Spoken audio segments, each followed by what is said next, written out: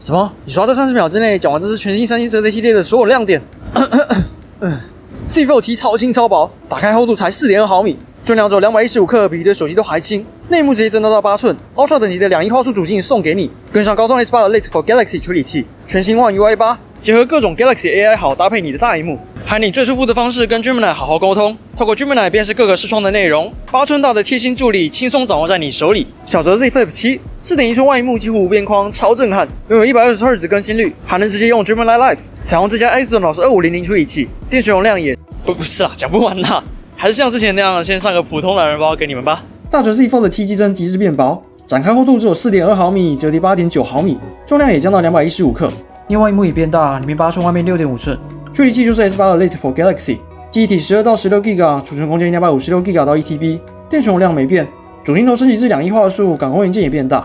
超广角与望远镜头规格不变，内萤幕镜头规格升级，但是多了挖孔，颜色有蓝、黑、银3种，并具有更灵活的大萤幕应用。哦对，然后没有 Fold 7 Ultra 这东西。接着是小折 Z Flip 7，外萤幕占比整个变高，更接近全面屏，还有120Hz 更新率以及2600尼特峰值亮度，能直接靠这萤幕使用 Gemini Live 以及更多功能。而内萤幕也变成 6.9 寸，折起厚度比上代薄 1.2 毫米，重量差不多。处理器不一样了，是三星 Exynos 2500，记忆体统一12 GB， 储存空间256到512G， 电池容量升级至4300毫安时，镜头规格都跟上代一样，颜色有蓝、黑、红3种，两只出厂都搭载了更聪明的 One UI 8。懒人包结束，那就来详谈这次的大折 Z Fold 7吧。这次最大的改变就是它的机身三维了，它就是那种远看会以为是一般直立手机，靠近了才发现啊，原来是只折叠。我会这样形容的意思，除了它变薄了之外，对，还有变宽变大了。折叠的宽度真是超过70毫米大关，外萤幕从上代 6.3 寸增大为 6.5 寸，边框厚度看起来差不多，没变窄，挖孔大小也一样。那重点是这个厚度嘛，折叠状态下从上代的 12.1 毫米缩减至 8.9 毫米了。这厚度只比 S25 Ultra 多 0.7 毫米而已。顺带一提，减轻到215克的重量，也比 S25 Ultra 还要轻上3克了。对比初代 Fold 甚至是轻上61克。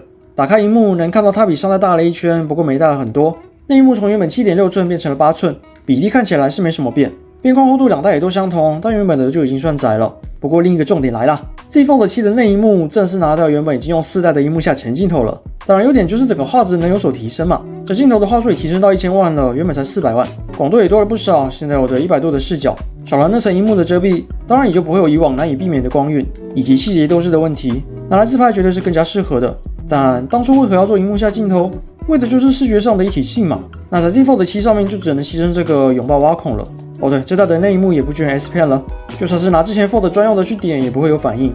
不过有个地方似乎是更加进步的，随着内萤幕的折痕比起上代更加轻微了。我这次 Z Fold 6折痕也有随着岁月而明显一点啦，但就是给大家参考一下。官方也表示这代转轴除了更薄之外，也更加坚固耐用。然后对，是真的很薄，有赶上当今对岸那些折叠机的厚度了。盖起来之后跟 iPhone 16 Pro 相比也只是厚一点点。不过 Z Fold 7的镜头模组也很凸啦。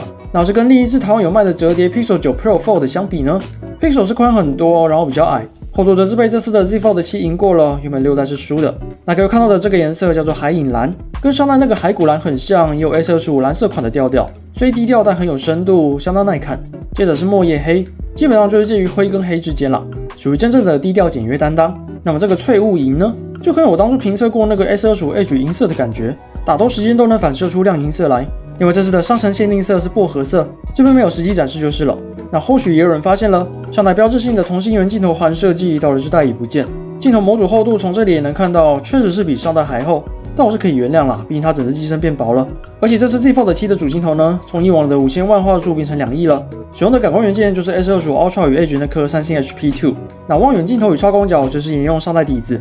简单测了一下它的2亿画素表现，跟 S25 Ultra 相比，这个细节同样就是那样，目前没有进一步的优化。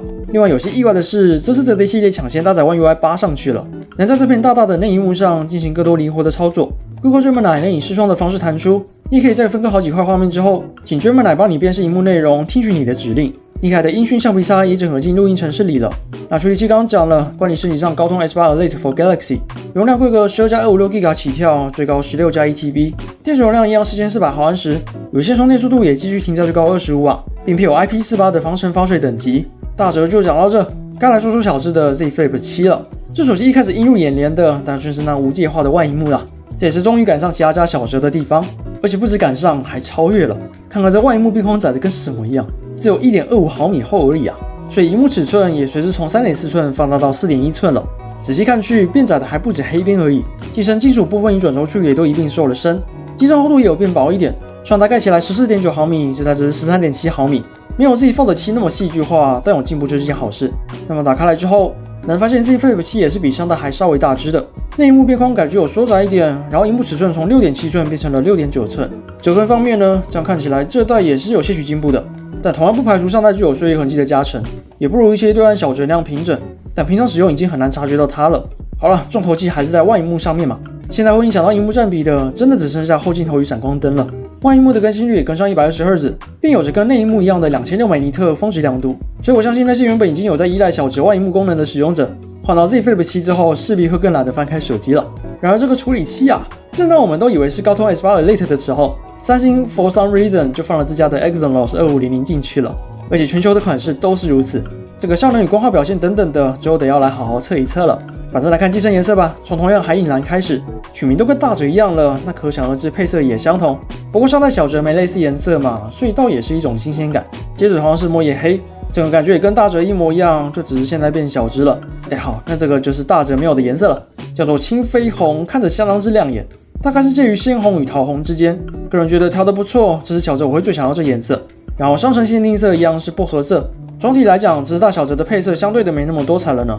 除此之外 ，Z Flip 7也不像6代那样有着跟随机身颜色变化的粗镜头框了，合理嘛？这样才能凸显这片大大的外萤幕。说到这个 ，Z Flip 7的镜头规格都维持上代，后面就5000万画素的主镜，配上1200万的超广角。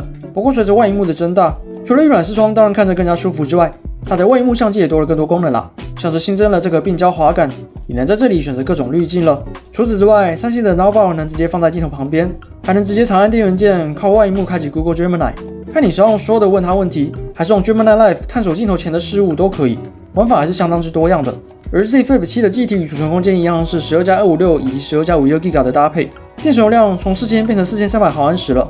这小折再加个100毫安时就跟大折容量一样了 ，Z Fold 8真的该升级了吧？然后充电速度一样，有线最快25瓦。反正今年三星折叠系列的最大看头就是大折的轻薄化以及小折呢占比超高的外萤幕了。大折呢变宽的机身，我当然是会觉得可惜啊。大家也听我说过很多次，我很喜欢以往 Fold 盖起来窄窄的感觉。那究竟接下来我会不会因为它够薄而妥协这一切？将来用个几天，我再来好好告诉你。另外，我自己虽然不是小折的爱好者，但不得不说，这整片外萤幕的视觉冲击感是真的有烧到我。拿来打一些 in game， 想必也能带来更好的手感吧。不说了，等我实测。那也简单带一下这是三星的穿戴新品啦。那就是新推出的 Galaxy Watch 8以及 Watch 8 Classic 手表，除了表身更加轻薄化，且 Classic 版的表圈又能够转动控制了之外，这次还多了抗氧化指数的侦测。只要将你的手指贴在手表背面，它就会靠测量皮肤内的类胡萝卜素，及时告诉你的抗氧化指数为何。然后，对，越低是越不健康的。所以看在我们创作者如此辛苦跑发表会整理影片给你们的份上，就帮我按个大大的喜欢吧。将来大小折的开箱评测也是一定会拍起来的。